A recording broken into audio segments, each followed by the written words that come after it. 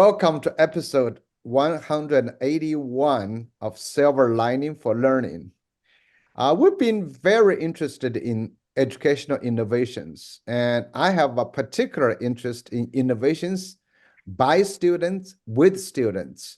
And over the last several weeks, we've had students from Digital Promise. They've been doing work across school boundaries. They were talking about equity issues. Students were doing that work. We had students from China, from Chongqing and Beijing, and the students were involved in a project called ICEE, Innovation, Creativity, Entrepreneurship Education, where students are given the power and authority to drive their own learning. And today we're really fortunate to have students and teachers from South Australia. If you've never been there, I can tell you South Australia is one of my favorite places. Adelaide is a great, great city of 1 square miles, but it's beautiful. And they're from a school that has been doing a project called the Human Interdependence Project. And so welcome, Michael. Welcome, Sam. Welcome, Gabby. And I will hand this to you. Tell us about yourself, your school, what you've been doing, and then we'll start with some other questions. Thanks, Michael. Okay, good morning, everyone, and thanks very much for having us on. This is something that I never thought I would have been doing when I first met you about a year ago, Dr. Zhao. Myself and Sam and Gabby, we are from University Senior College, which is a senior high school in Adelaide, South Australia. So we are a year 10, 11 and 12 school, independent school, and we are based upon the University of Adelaide campus. So the great thing that we came into last year was that we had this opportunity to join the Human Interdependence Project, and Dr. Zhao was the driving force behind that, and the great people at University of Kansas, Trina, and we met some other facilitators. But well, the thing that really attracted us to working in the program was that we could combine 2 year levels. So we got a year 11 business innovation class and a year 10 society and culture class that Sam teaches. And we had a chance to go through and do something new that we'd never done in our school before, which was actually be a part of this pilot, work with other schools and maybe even in other countries, which was extremely exciting. And what we decided to do was incorporate the project, or working in the project with our curriculum. So for Sam and I, that meant that we could sort of write something new and do something new with a bunch of students and see how it went. And Gabby was a part of that process as one of our year 11 students last year. And from the moment that we went to, we went to the launch at Pulteney Grammar School. We met Dr. Zhao. We met people from other schools who were going to get involved, and we went through and explained how we were going to go through and approach this project, which was different to everybody else. And Dr. Zhao gave us great confidence in that he thought we were approaching it really well. And so Sam and I said, well, then we've got to go back and tell our principal and our people in the leadership team, we've got to get involved. And they agreed immediately. And they were basically even answering our questions and saying, yes, go and do it. So for me, working with Gabby and working with Sam and the rest of the students was absolutely so much fun. We had a great time. We were very, very productive. And how do you reckon it went, Sam? Do you want to go and tell a few things? Talk about yourself? Can you hear me okay? Perfectly. Sam, go ahead. Yeah, so I'm actually quite a new, despite how grey I'm looking here, I'm actually quite a new teacher, and teaching at Uni Senior College in a senior academic environment was actually my first job being a teacher standing in front of a classroom, which is always what I sort of wanted to do, which was work in academia in a university. It's kind of the family business. So when this opportunity came up to, I guess, kind of teach society and culture, which is quite a political subject, if you will, you sort of it shares a lot of the ethos with the HIP project, meaning that you're not stuck in classrooms with texts and only sort of things you can sort of find from within there. You're immediately looking outwards and outside into the community, into real world. Into the real world sort of situations, and that's kind of when I met you, Dr. Zhao, at the like Michael was saying at the beginning of the year session. I seem to be just kind of nodding along, going, yes, this is what you do in a classroom, isn't it? So you sort of look for not only sort of opportunities to make learning real and applicable, not only just to kind of that class or that year, but to the student as someone who's going to be a citizen. It all just seemed to kind of fall naturally into place, especially the opportunity to work with another colleague, which again, I sort of thought that's just what teachers do, isn't it? You seek out opportunities and challenges and put them all together. And it was great. I think Michael and I will keep saying this, but just every lesson we sort of had together turned out to be something that was just kind of going like, oh, this just seems to fall naturally, just kind of the way that our two classes mesh together and we're able to kind of work together. What do you think, Abby? I think that's very accurate because I met some people that, I'm still friends with now because it would have never had the chance to meet those people otherwise. So it was very nice joining the two classes. It did feel very natural also. I think that a lot of our enjoyment came through, there's a lot of student agency. We were talking about issues and trying to bring together concepts that actually really resonate with everybody, all the students who were in the classroom, and and people were ending up working on projects and working on societal pain points, is what we called them, that were actually really important to them. And for Sam and I mean, the ideas and the passions that would come back from the students when we were thinking, all right, how's this going to go? And they just took to it immediately and really enjoyed working together. And I think working in groups and working across year levels and across subjects was something that was totally invigorating for all of us, actually. And we sort of made a comment to this in the very beginning. This is something totally new. We've never done this ever before, and we're going to make the most of this. And as it turned out, we did. It was great. And we had a couple of great learning festival experiences last year. The work that the students produced was just absolutely exceptional. And we got to do cool things like do Zoom interactions with Trina and Mark and Jonathan, in Hawaii or Japan or in Kansas during our lessons on Zoom. So, COVID wasn't that much fun, but it did introduce us to Zoom using a lot more. And it was just something which we hope to continue again this year and have such great enjoyment. And we'll find out in about 3 weeks' time, won't we, Sam, how it's going to go? So, Yeah, Michael, meshing together the two classes again is going to be good. yeah, Sorry, John. so sorry to bother to interrupt. I just have a very quick question. I was so excited I forgot to introduce my co-host. So my co-host, technically I was supposed to say that in the beginning.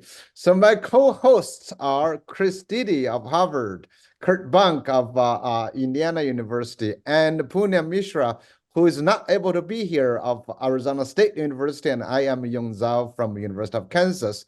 Thank you for the introduction. Chris, I have a question. Go ahead. Well, it's kind of a question and a comment. One of the reasons that high school education is so boring for most students is the curriculum standards, because the way the curriculum standards work, at least in the United States, is if you want to know what the history standards should be, you ask a bunch of historians, and they assume that students all are going to grow up to be historians, and so they have this incredibly detailed and crowded history curriculum. Mathematicians, same story. Physics, same story. Psychologists, same story. So you end up with a very crowded, very siloed curriculum. I should say at Harvard, we call silos cylinders of excellence, but typically silos is closer to the truth.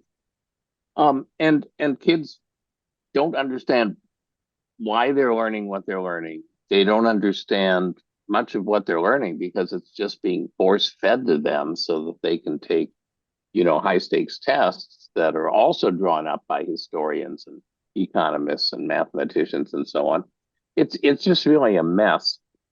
And what you're doing is exactly the opposite, which is to take important real world issues that intrinsically are multidisciplinary.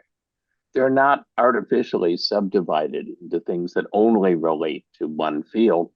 They're intrinsically multidisciplinary, and kids automatically see the relevance, and they see the complexity of disentangling the contributions of the different fields to a real world problem. So I love what you're doing, and I've seen similar work in other places, not specifically in terms of this project, But one of the challenges is that the teacher has to be really able, on the fly almost, to take this complex real world problem and map it back into the contributions that each discipline makes to it. And I'm wondering if you would agree with that assessment, and I'm wondering how you handle that part of it. Sam? Michael? Yeah. Oh, okay. No, Look, you I go. think you're just Go, seeing go, an go. example of it there, where we always defer to one another. Michael's a teacher of he looks young, but he'll have many years' experience. And as I said, I've only come to teaching recently, and only in this, I guess, quite an academic focused senior college. I come from a university background, so the idea about I guess cross collaboration in terms of academia is really quite present in Australia. At least there's been all sorts of debates and discussions about the place of tertiary education and the purpose of it as well. I guess I'm kind of an old fashioned in that I do think that academia and secondary and tertiary education does need to be relevant. We're not just here kind of solving sort of siloed sort of problems or pure kind of practical examples. I see constantly that the worth of education, as well as being a society and culture teacher, I'm also an English teacher, and this is something I bang on about as well in my research and English classes, is that you're not just, like you said, Chris, you're not just kind of learning a whole bunch of just data to be able to refeed it back so that when you become someone who can feed other people's data. I think at USC, and I think both Michael and my philosophy of education is that we're not so much giving data as giving the tools with which to mine and even make that data. And so I think that's how the HIP project, the pilot project, was so successful, is that both of our teaching philosophies tend to face outwards beyond the school almost immediately. Like we're not sitting here just for high grades. We're sitting here for high grades as a way to become a successful student, and beyond that, citizen, teacher, mathematician, historian. I think also what the project gave us a chance to do, Chris, was to be on the fly in our lessons. And Sam and I have spoken about this a few times, but also with other colleagues. Teaching is about the performance. It's about the persona. It's about how you go through and do your work. It's how you approach your classes and how you work with your students. And we were totally open and transparent with them, but they knew that we were super organised, because we would get together once a week on a Monday, or maybe on a Friday the week before, think about and plan out what we were going to do, double check against, what sort of content we're going to be bringing in. Because the thing was that there was about 4 weeks of teaching before we actually brought the two classes together. So I had my content that I was doing with my business innovation students, and Sam had his society and culture content, which were really, really different. And so what we wanted to do, and this was part of, when we had the initial sessions with Dr. Zhao and everybody talking about the new paradigm of learning, was to bring people in who have different skill sets and different knowledge, and then try and combine them into teams and get them working together as like-minded students who were interested in the same kind of things, to work together. And then having our lessons go through, and we would go through and cover some content, and then we would explain how we want you to bring it together, and then we would let the students have that freedom to go through and interact and start teaching and working together. And it was just it was something where it was really fresh, and so I've been working at USC for a fair while, since 2002, and Sam's new to teaching, but he's not new to education. And so to have the opportunity to do something new and fresh was also really invigorating, and it was really fun. And I think that the students probably got that impression from us, because another thing that I really loved working with Sam was that we just agreed on everything. We just kept agreeing, going, yes, yep, that's great. Yeah, let's try this. Yeah, okay, no worries. Good idea. Let's do that one. And it was a great collaboration. I agree with that, actually. Yeah, it was very good. Yeah, I was wondering, Abby, can you say more about that, your process? With these two guys agreeing with each other all the time, how did you fare as student in the process? Well, it definitely creates a very good environment for learning, because they were both in agreement and they outlined it very clearly about what we had to do. And we'd have PowerPoints to go through of like structured learning, but also to have our own innovation ideas. So like we'd have to be like, for example, a SWOT or piecemeal analysis that we'd have to complete. But then we could also talk about like the society aspect behind that, which was the rights. And because Michael and Sam were both in agreement, we as students felt like we could know where we're going, even though it wasn't very certain at first.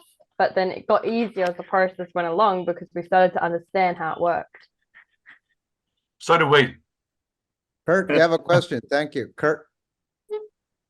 Yeah, I do. But we should really just ask the audience question first, or we're going to forget it. Edgar Leon from Puerto Rico asks, can our guests give us an idea about the access to the internet there, the teachers and students they have in their schools? He asked it because in Puerto Rico, they have significant barriers. They've had hurricanes, tropical storms, earthquakes, and corruption. And we featured them on a show with all their, and they got additional problems today, budgetary and whatnot. So can you talk about internet access that your students have there and teachers? We're extremely fortunate. Go on, Sam. I was going to say, probably we're going to give the same answers to all of our questions. I reckon I talked last time. You go. We're really lucky being on a university campus, working in a city and a state where really we don't have a lot of those issues that Edgar brought up. No, so the internet access is fantastic. We're really well resourced and we're extremely fortunate. So yeah, I mean, but I want to be humble about that. We're really, really fortunate. You know, we have a lot of great things going for us. So it's largely uninterrupted, which really helps out. And sometimes you have things that will come up that will interrupt the learning. And but we're luckily, well, we haven't had them yet. So fingers crossed. And well, hey, look, it's probably worth saying that the internet access component of the course didn't really come into it for most of the, like almost all of the classroom stuff, because we were fortunate enough to be able to collaborate cross year in the same classroom at the same point in the timetable. Like a lot of the sort of the internet access stuff to kind of get international and national sort of guests kind of joining in on our classroom only came into about 10% of the learning. The rest of it was kind of face to face. Well, that leads into my question a bit, talking about interacting with one another and collaborating. You used the word meshing your classes earlier, and I'm really interested in that and having you describe it a little more fully. I've been doing cross-cultural and cross-institutional collaborations for a couple of decades, and I got another project coming up. I've had Wikibook projects with students from China and US and around the world, case-based learning from Latin America and Europe and Asia and whatnot. And I'm really interested in that. So it's kind of fun. It takes a lot of planning though. And maybe you can help us out there. Can you tell us about the planning components? Can you tell us what kinds of things you've tweaked or would tweak now trying it a second time? What would you do differently to, setting up the schedules and whatnot? So what are some of the logistical things that you had to overcome? What are some of the learning principles, though, when you do overcome them that lead to successes, hopefully? What do you think is the underbelly for the successes in terms of learning and interaction? And what do you think are still the barriers that you face here? And how can teachers that might be listening to this podcast show while they're running or in their cars want to listen and want to find out about what could they learn from you and to be able to do that? So first describe what you've been doing and then tell us about it. And in particular, if there's any significant successes that you, of a student nature or a teacher success story, tell us a story at the end if you can. Logistically, so we went and spoke to our people who work on the timetable. So they were actually able to coincide our teaching lesson times to be at the same time and also in classrooms right near each other. So logistically, we were very, very close in proximity with regards to the students where Sam and I were teaching from. Really early on, we both got our learning and assessment plans and our performance standards that we go through and set our tasks and things by, and just look for opportunities to go through and find out where we could have some sort of similarities and some common ground with regards to those. so we could sort of ensure that both classes were going to be going through and satisfying the assessment criteria, and also the learning program was not going to be compromised by that. So, we would go through and do that. We actually got together with our head of faculty, Tyson, in the humanities, and just put that by him too. We had a couple of meetings, and so aligning those sort of logistics and learning and teaching program kind of things is really important. Also, then going through and having some of the activities that we would get the students to do to help them find commonalities between themselves and their interests was really important, because what we wanted to do was form groups where there was a couple of Year 10 students, a couple of Year 11 students, and they would be working together, for a good 8 to 10 weeks in 1 or 2 lessons a week, and they were doing assessment tasks in collaboration with each other. But what we would do, we'd go through and say, well, listen, there's going to be 4 people who are part of this team, and here's the roles that we need each person to do, and the responsibilities aren't really going to be overlapping. Everyone has their job to do, but we're going to come together and then, be able to fit those separate sections together in a common way. But so that was the way that we approached that one. Sam had a great way of introducing the students and finding out their common ideas. And this is where I hand over to Sam. Got the ball.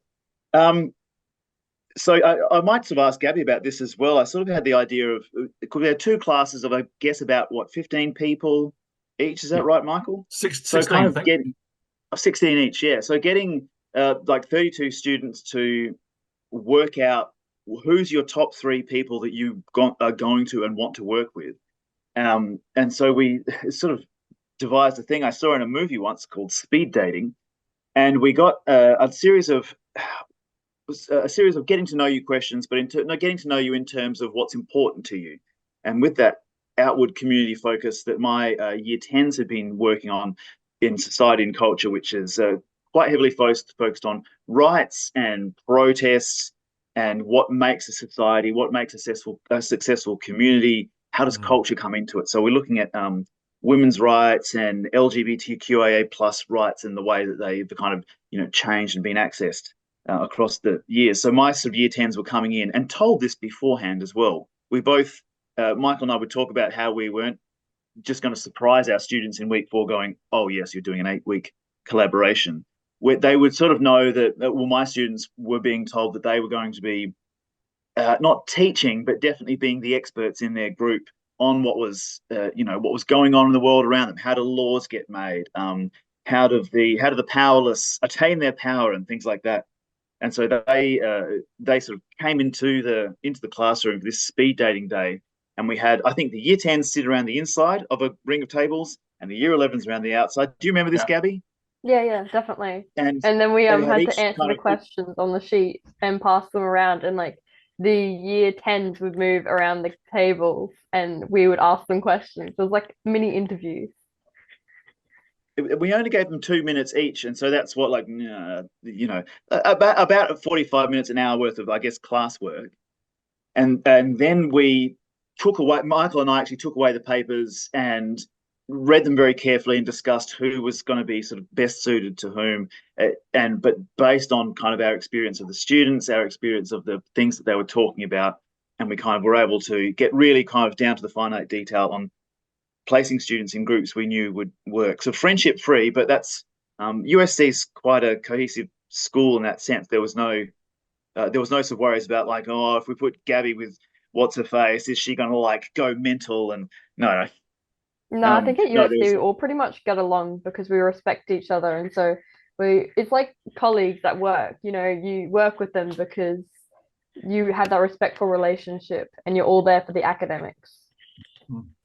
And also, I mean, there were some groups who were absolutely seamless in their interactions with each other, and there was a couple of groups where there was difficulties here and there. And so we would, Sam would have to talk to, we would sort of, help students work through that, because working in groups and working in teams is something it's not going to come easily, but it's a really important skill for the students to have that collaboration experience and understand, we don't always agree or we don't work as quickly as each other, but, but what we're trying to is attain this end goal. And just to go through and look at something that I think is that Lydia was asking a little bit earlier. Yeah, We do just have. Michael, exactly. Sorry. I think I hope you guys can address both.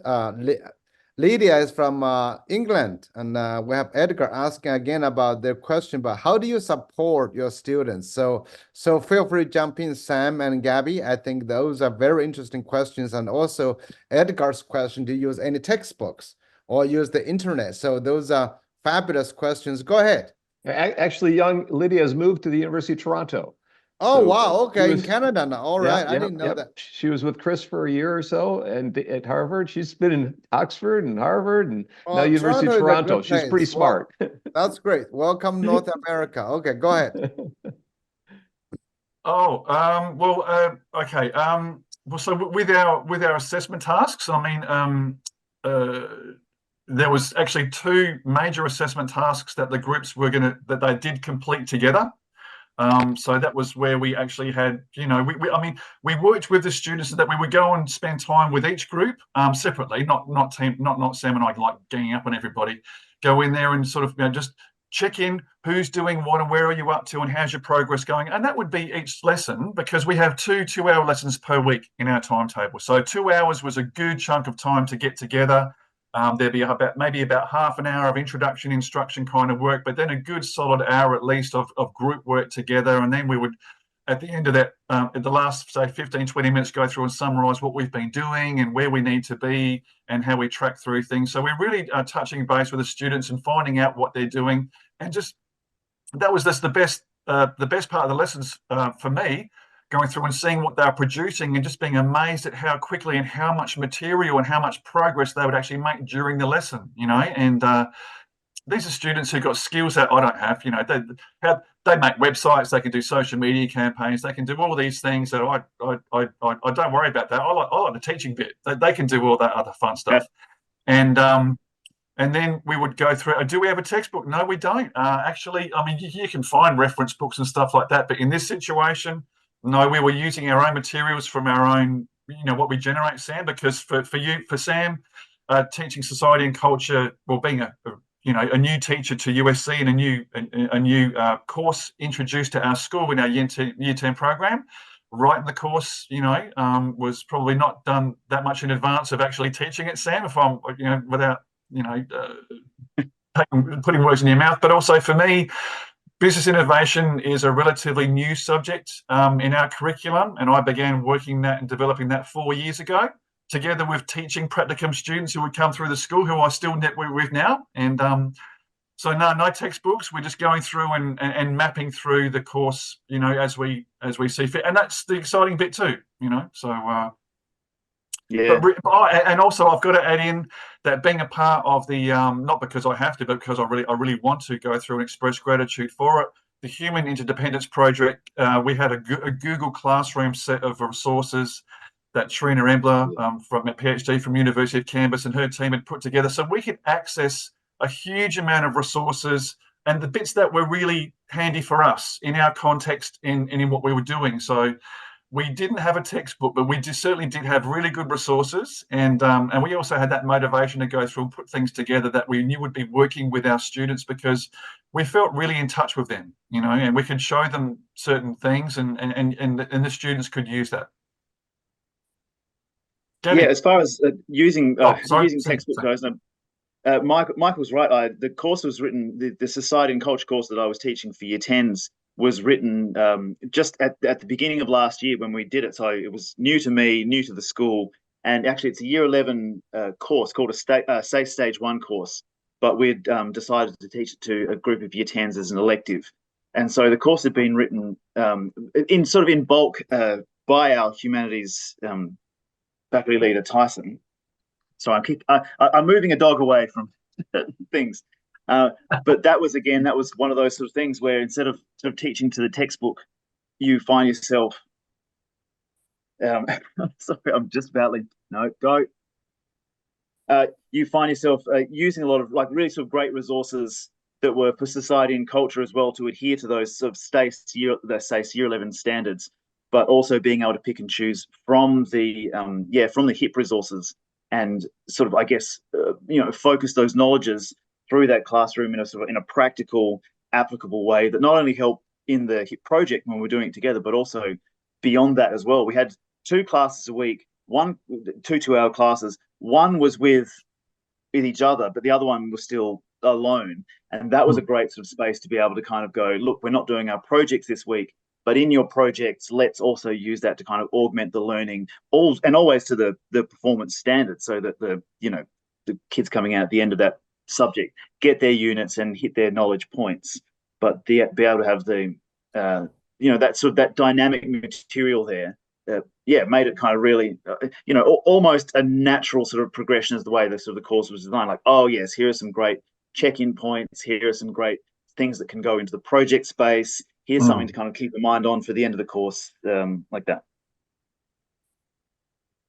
I felt as though like also you guys supported us by individually talking to groups, because although you can discuss it with the whole class about what you've got to do, what like I found most helpful was when Michael or Sam would come and talk to our groups about like, hey, what are you actually up to? And we'd explain it. Because if we explained it to someone else, I feel as though we would understand it better, because we had to explain it to you. So then we knew what we were doing then.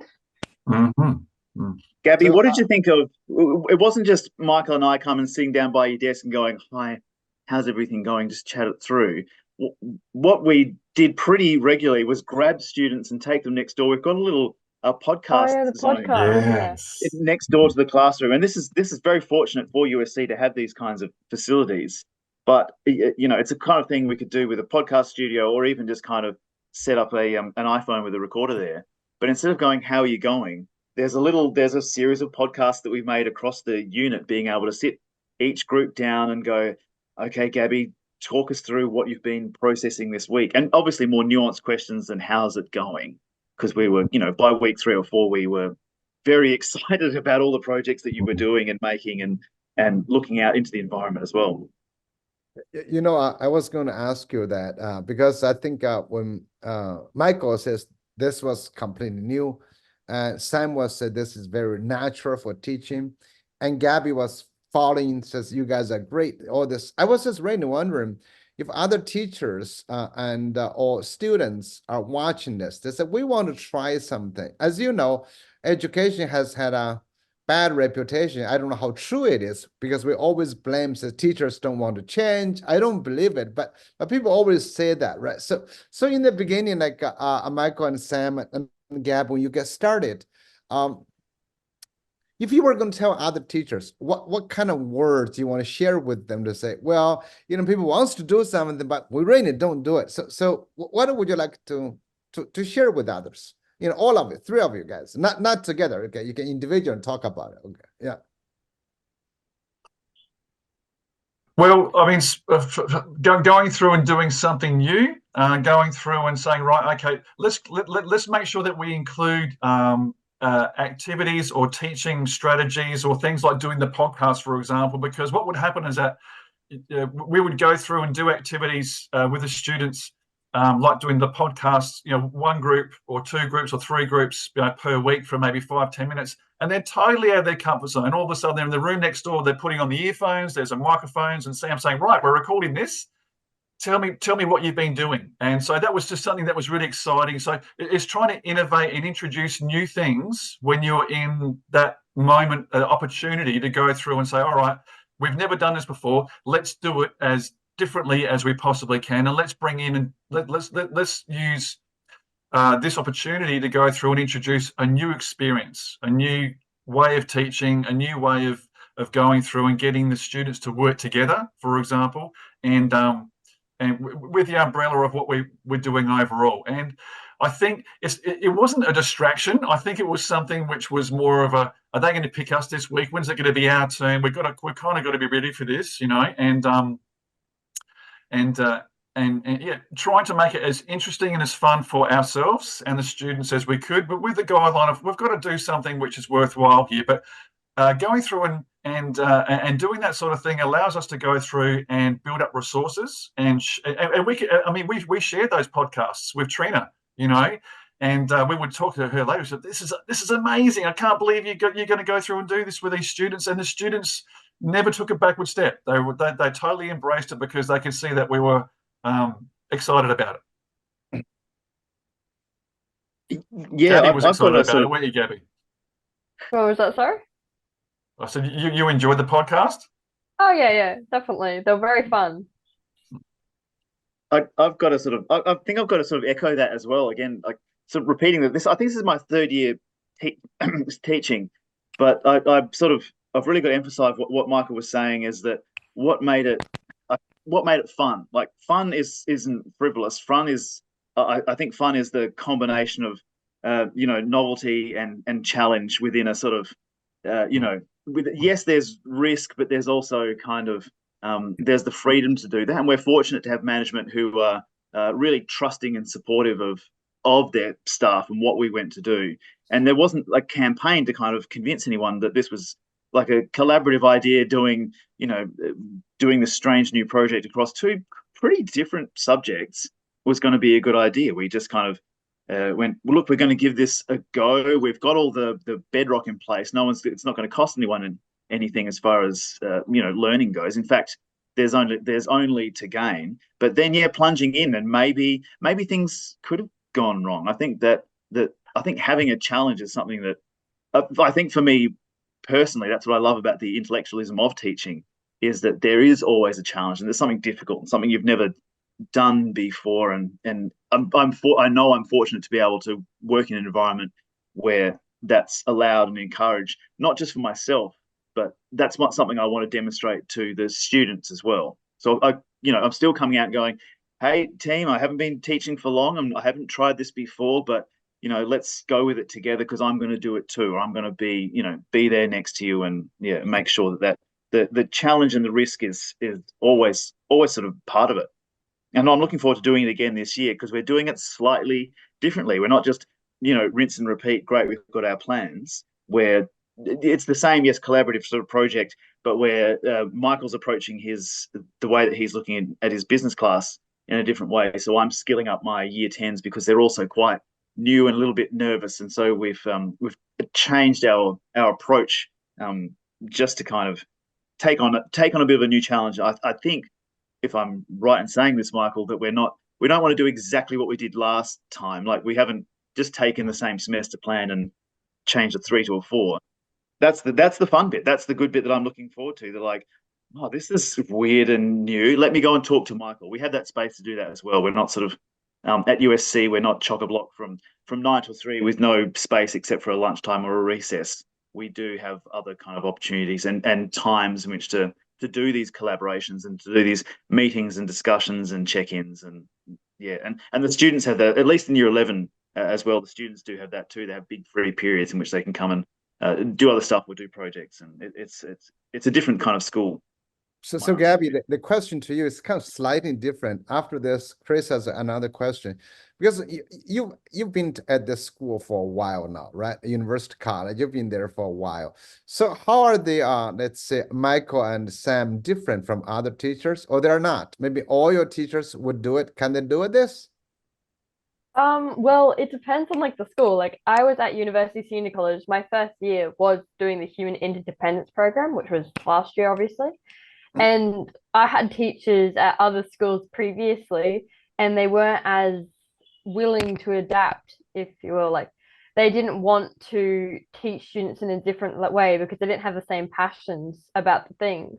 Whereas Michael and Sam were very passionate about it, and you can clearly see that, and they were really willing to help. And I think that's the biggest thing that teachers need to go into this with, is they need to be willing to help the students to be their best selves and to be open-minded about concepts and allow them to have liberties and freedoms to explore the vast social range, because they need to be able to like tackle the topics.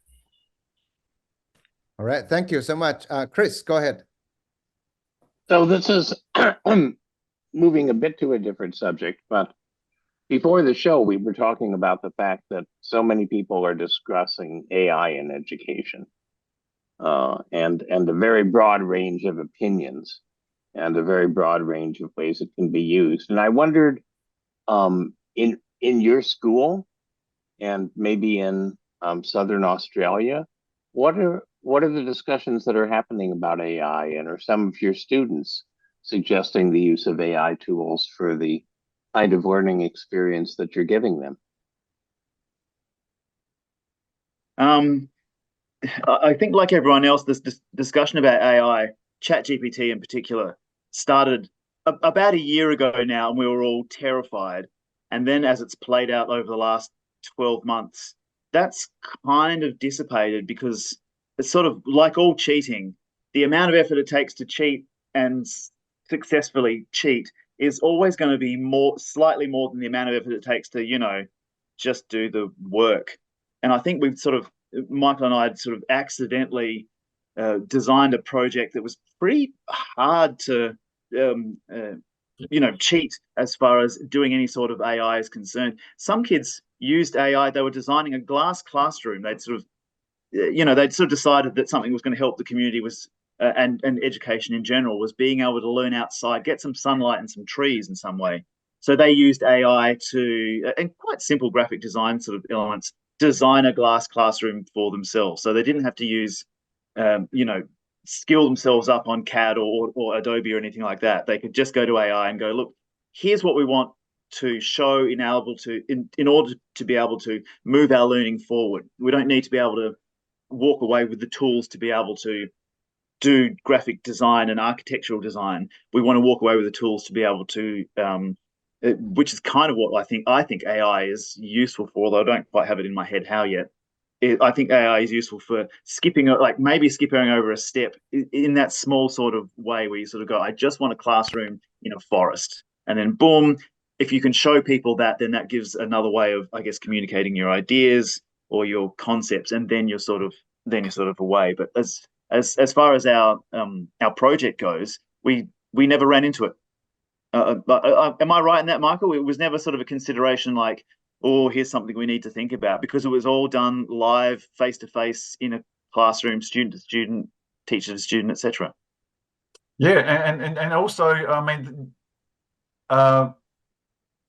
in South Australia, the board, the Department of Education, they are advocating and saying, listen, ChatGPT can be something which is positive and useful, and we're okay with people and teachers and students using ChatGPT. But the thing is that what we've been doing, and also at our school, we've been doing some professional development sessions internally, and also getting a couple of external people in, showing us how ChatGPT can be used in a very productive way and in the right way, not getting answers, but helping perhaps investigate and generate ideas, and taking advantage of the process, and showing students that you can use this to get things started, but you can't use it to produce the end results. And you can't submit it to me because, you know what, I know what ChatGPT sounds like, and I know what it reads like, and this is not you.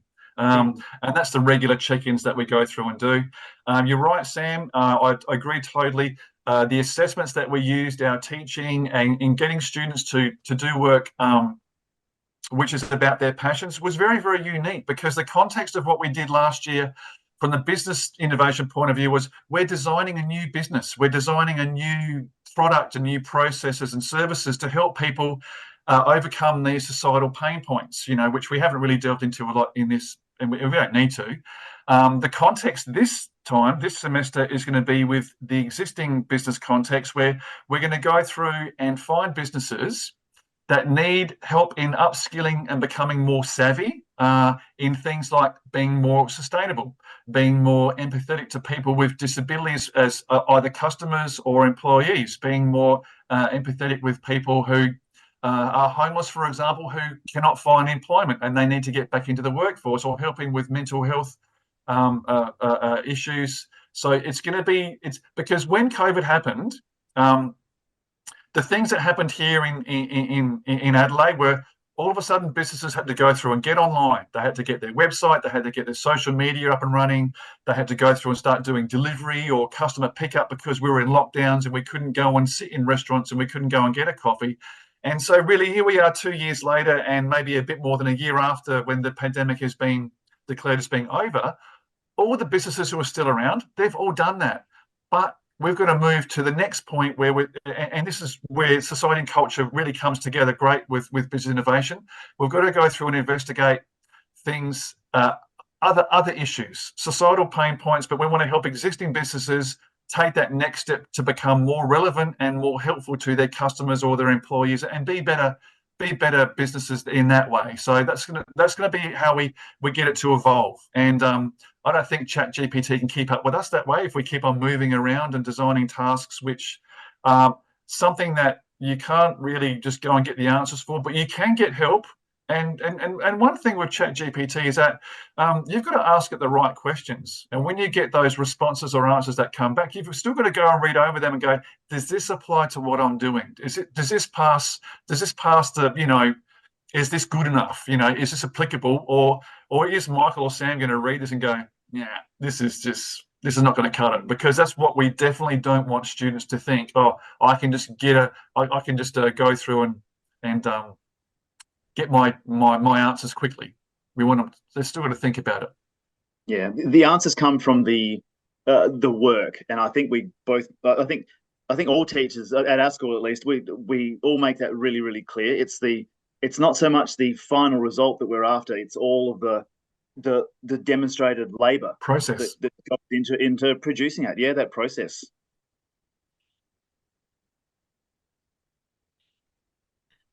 Does that answer your question, Chris? I'm sorry, Gabby, I was just wondering, have you used it? I was just wondering about that. No? No, I haven't actually. Whoa. Well, we didn't use AI in my group work, but we did use, what was it called? It was like a little generative online website helping thing. Like, how do I explain it? It's like it made our icon for us pretty much. Like, because we had the words that we wanted to name our business, and we had an icon that we wanted to be like a little dinosaur, and then it just put the word and the dinosaur together and made like a logo. Oh. And Yeah, so Bernie that was the a great logo. It Brachiosaurus was really was cool. born. It was like logo generation. Yeah, we had to have So a it wasn't AI, branding but it was logo concept. generation. We've All got right. a couple Thank you, audience. Kurt. Go ahead. Yeah. Kurt, you have We a got a few. question for Yeah. Didi and Edgar. And Edgar gets that in his last one, whether or not teacher prep should involve training and AI integration on that. And that's a natural evolution and where it already is going. I just did a session last week with about 60 different ideas for AI pedagogy across content areas. But this is a battle that we often fight with every iteration of technology, but this is something that's definitely here to stay and more impactful. I'll go back to his first question here. It seems that you don't have administrators dictating the content that you're required to put forth. So he really likes the system, but he's wondering, who are the stakeholders? Who are the other stakeholders that you're talking to or working with, or whether they're government officials, whether they're local businesses, and he asks, are parents involved? And so that's one question. Tell us more about the people that are working with you or you're responding to. Now, Lydia asks, this gets at what you guys were just talking about in terms of assessment. She wants to know more about how assessments are conducted in those projects, and how do you capture those rich group dynamics and interactions in the assessment processes for them, and reporting back to parents on how their kids are doing in turn. What do you want to do? Which one do you want, Michael? Can I do stakeholders? Yeah. Sounds yeah, like, okay, no worries. It's the approach that we took was to go through and integrate this actually into our school curriculum and the subjects that the students are doing. So it wasn't an add-on. So we would have immediate buy-in because the students are doing the work that they know is that's going to contribute towards their results and their grades, and that's going to be in their report cards, and that's going to be in their accumulation of the subjects they need to complete senior high school. So within the school, certainly our principal, Anita Zocchi, she was 100% into us going through and doing this. She said it was a very exciting thing because it was with the Independent Schools Association of South Australia. We were working together with other schools like, Annesley Junior School. So we had like grade 5s, they're 10-year-olds, and we had Southern Vales Christian School, which was a bunch of year 9s. And so we were kind of the older kids. So we were saying, listen, you guys have got to make sure that you got to lift your game and make sure you can do this, because you don't want to be shown up by a bunch of 10-year-olds in a positive way. And then we had obviously our faculty heads who we go through and put by what we were doing and the focus of the project. Parents, no, we're not asking for their permission or anything, but they would probably aware of what we were doing, and they would read about it, and they would find out about what we were doing through, when assessment tasks were returned and when they read their reports about what they were working on, because we would certainly describe that in our comments and things.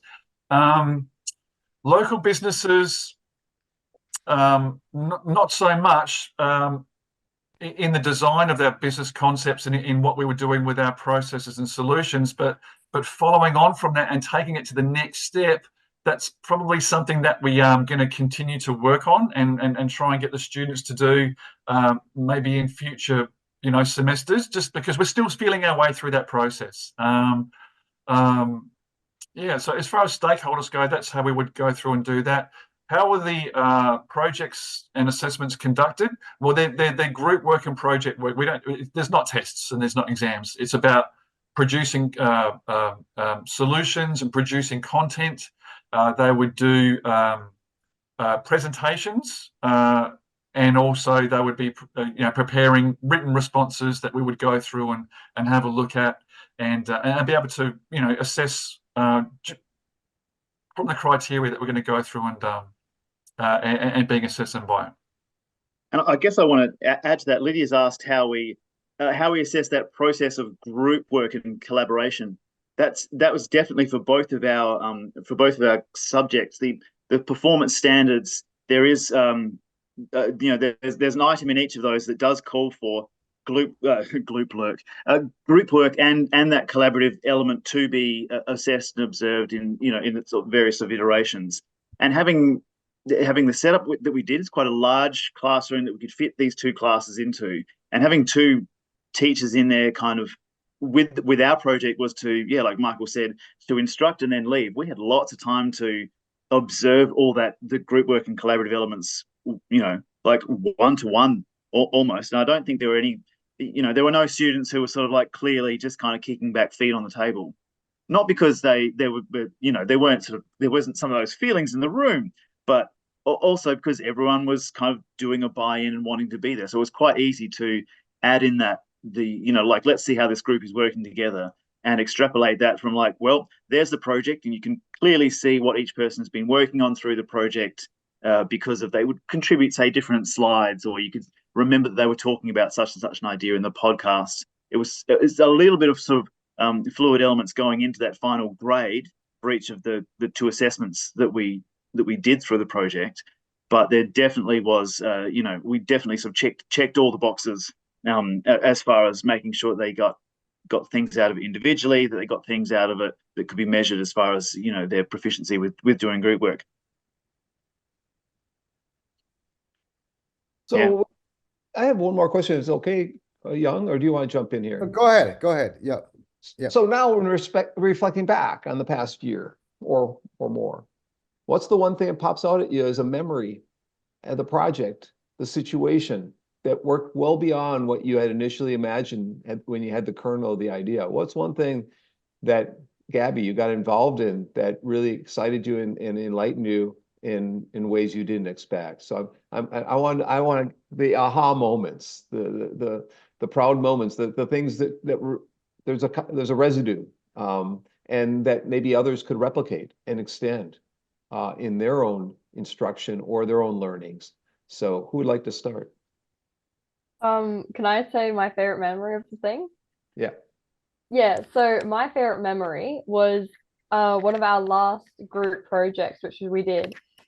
We had the Human Interdependence Program, and we had Trina on call, and we were in the classrooms at the University of Adelaide with Annesley College, which is the junior school, and Southern Vales Christian College couldn't make it to that particular event, but we still had their presentations that we presented and just learned about a bit more. But basically we had to go through all of our group work and present it to the whole entire class. And then we would get feedback from Trina And that's what we used then to like refine our project in the last assessment that we did. But it was very nice. It was an interactive experience to talk to other schools, and they asked us questions about our project and we asked them questions about theirs. But by the way, actually, let me ask you a question slightly deeper. I know the HIP people are working together to get people together in the summer, Northern Hemisphere summer in Beijing. Then we want teachers, students. Would you guys be interested in going and working with other students from different countries? Of course. Yeah, absolutely. Well, because That's one of the fringe benefits, Dr. Zhao. I mean, you know, to have the chance to go through and do work with other people in other countries or other cultures, online or in person, that's something that Sam and I refer to as the juice. That's why we get into this sort of thing. This is, if we can create opportunity for ourselves to get involved and work with other people, that's the most exciting part. Well, because I was reading an article a few days ago about higher education. I'm sure actually Chris and Kurt, you're aware of this because of the mess in international relationships, which has affected international university to university relationships, students admissions. You know, Chris, you were of the Florida, right? Banning Chinese. So it's become a very mess. And merely a few years ago, every country was talking about global competence. Remember that? Teach students global competence. And suddenly now nobody talks about that. This is really what I've been trying to say. Okay, why don't schools, colleges do more international collaboration? Anyway, so that was why I was asking that question. But go ahead, continue to answer Kurt's question, because Kurt, I was interested in your memory. Go on, Sam. Yeah, look, I reckon I've got to agree with Gabby there. I think if I think back on that whole process, apart from that, the undercurrent of I don't know, it just felt like serendipity or coincidence that every time that Michael and I would have a conversation about like let's combine these two classes, it felt like it felt like we'd already done it. All the answers kind of fell in front of us because the business subject was so structural, and into it you could sort of pour the society and culture, I guess, sort of pedagogy and different sort of ways of going, look, these aren't just things that you read in the newspaper. This is what the people in front of me, Sam, now, you know, in your looking at you, the student, this is how you can actually take action with it. And you actually make a difference rather than going, look, make a difference, write that into an essay and then go off to a math class and sort of forget all about it. I'll pick a small moment. At about halfway through the project, we started saying like, okay, you're designing your businesses that are going to help the community because you've looked around and you've seen a real problem that you want to sort of solve. It's time to start going out and doing a little bit of research into businesses that might be peripheral or already do this. And you can do this by, contacting people. We can help you talk to people. And a student turned around to me and said, what do you mean contact real people? I said, yeah, like, look, let's look it up. And we sort of opened a laptop and said, look, you're looking up, a construction site. You can actually, here's some really nice just designers who would be, really excited to talk to you about designing a cool glass classroom. And it wasn't a pleasant moment for that student, but it was definitely like, that was the aha, like, this isn't just in a classroom. This isn't just getting ideas from the internet to pop into a PowerPoint. This is real and applicable. And this is, and that's how learning is going to have to be. This isn't just something to get a number at the end of the class. This is something that's, I'm going to have to learn to apply what I'm learning and, draw on my other natural skills and move on from there. I'd like that little moment, as well as the big sort of, learning festival with the international questions and seeing all the students kind of just come out with these mind-blowing projects. Yeah, that was a favorite one for me. Well, let me thank you. I can't realize time just flew. I just so crazy. We are out of time, and so I want to thank you, Sam, Gabby, and Michael. This is wonderful. You guys are really brave teachers and students, and you've done amazing things. I know you do not have the same kind of internet problem as in Puerto Rico, but it's still challenging. I think many teachers, even when presented with opportunities, may not be able to take advantage of that. So thank you very much for coming. Thank you very much for sharing. Now, Kurt is going to introduce our next episode. Go ahead, Kurt. So next episode is episode 182, February 24th at noon Eastern Time, Generative AI and Higher Education, the ASU Journey. We're going to have Lev Gonik and Elizabeth Riley with us. And I've known Lev for a few decades now, and he's been a thought leader in the field of educational technology since the 1990s. I look forward to the show.